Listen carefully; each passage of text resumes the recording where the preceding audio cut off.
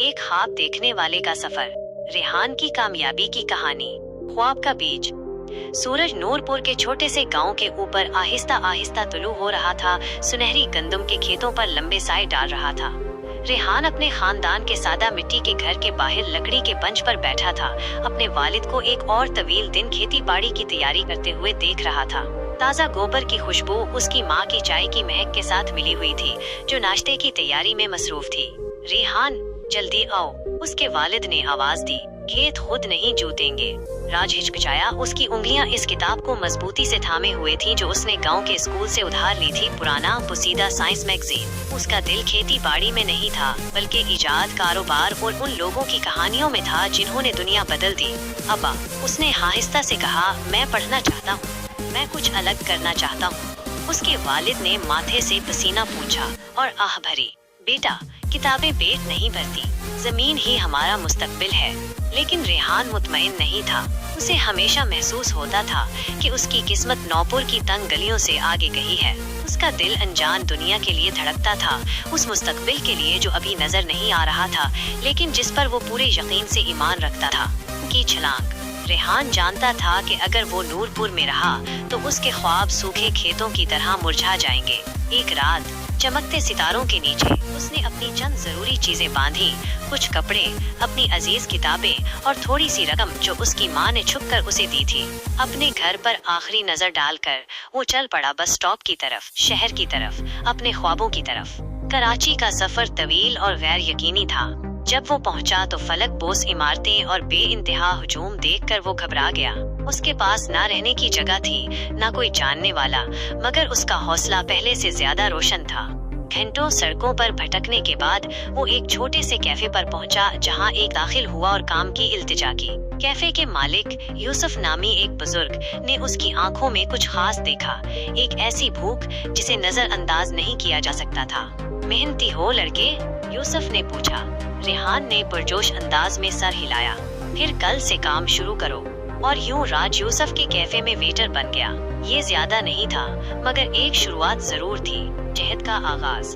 दिन में रेहान थकन से बेपरवाह काम करता, मेजें साफ करता, ऑर्डर लेता और उधर उधर के काम अंजाम देता।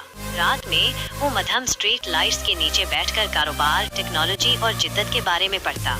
वो कैफे के ग्राहकों से दोस्ती करता, उनकी बातें गौर से सुनता और हर मुमकिना इल्म जज़्ब करता। एक शाम जब वो नौजवान कारोबारी अफराद के एक ग्रुप को काफी दे रहा था, उसने उन्हें एक नई ऐप के बारे में बात करते हुए सुना। उसकी दिलचस्पी जाग उठी। माफ कीजिएगा जनाब, उसने झिझकते हुए पूछा, एक कामयाब स्टार्टअप कैसे बनता है? वो लोग पहले हंसे, मगर उसकी लगन देखकर मुतासिर हुए। उनमें से एक, अरशद, ने उसे एक किताब दी। ये पढ़ो, अरशद ने कहा, और अगर संजीदा हो तो अगले हफ्ते आकर बात करो। रेहान ने 3 दिन में वो किताब खत्म कर ली। अगले हफ्ते वो अरशद के पास नोटिस, सवालात और अपने ख्यालात के साथ पहुंचा। अरशद मुतासर हुआ और उसने राज को अपने स्टार्टअप में इंटर्न के तौर पर शामिल कर लिया। ये बगैर तनख्वाह का काम था, मगर रेहान ने इसे अपने मुस्तकबिल में सरमायाकारी समझा। वो सुबह कैफे में काम करता और दोपहर में स्टार्टअप में, और रात को सिर्फ 4 घंटे सोता। 1 साल अरशद के स्टार्टअप में काम करने के बाद रेहान ने अपनी किस्मत आजमाने का फैसला किया। अब वो एक नई कंपनी एग्री कनेक्ट बनाने के लिए तैयार था, जो किसानों को शहरी मार्केटों से जोड़ने का एक मुनफरिद हल पेश करती थी। उसने एक ऐप बनाई जो छोटे किसानों को बराह रास्त सारिफीन से जोड़ती थी। उसे यकीन था कि ये देही पैदावार की मार्केट को बदल सकती है, मगर मामलात वैसे न चले जैसे उसने सोचा था। ऐप में नुक्स थे, किसानों को उस पर भरोसा नहीं था, और सरमायाकारों ने एक नातजर्बाकार आइडिया पर पैसा लगाने से इनकार कर दिया। 6 माह के अंदर स्टार्टअप नाकाम हो गया। रेहान टूट चुका था। उसने इस मंसूबे में अपना सब कुछ लगा दिया था, अपना वक्त, तवानाई और जमा पूंजी, और अब वो फिर से सिफर पर आ गया था। एक शाम जब वो यूसुफ के कैफे के बाहर सीढ़ियों पर शिकस्त खुर्दा बैठा था, यूसुफ ने उसे चाय का कप दिया। बेटे, यूसुफ ने मुस्कुराकर कहा, नाकामी भी एक उस्ताद है, जब तक सीख रहे हो हार नहीं हुई। रेहान के दिल में ये अल्फाज गहरे उतर गए। उसने समझा कि नाकामी खात्मा नहीं, बल्कि बेहतरी का मौका है। एक दिन जब वो अपने स्टार्टअप के दफ्तर से वापस जा रहा था तो उसने एक इश्तिहार देखा। मोटिवेशनल स्पीकर जुनेद आलम का खुसूसी सेशन, कामयाबी के राज जानने का बेहतरीन मौका। ये सेशन उसके पुराने स्कूल में हो रहा था, जहाँ से वो कभी पढ़ा करता था। तजस्सुस के मारे वो अगली सुबह स्कूल पहुँच गया। शिकस्त कबूल ना करो। स्कूल का हाल तलबा और नौजवानों से भरा हुआ था।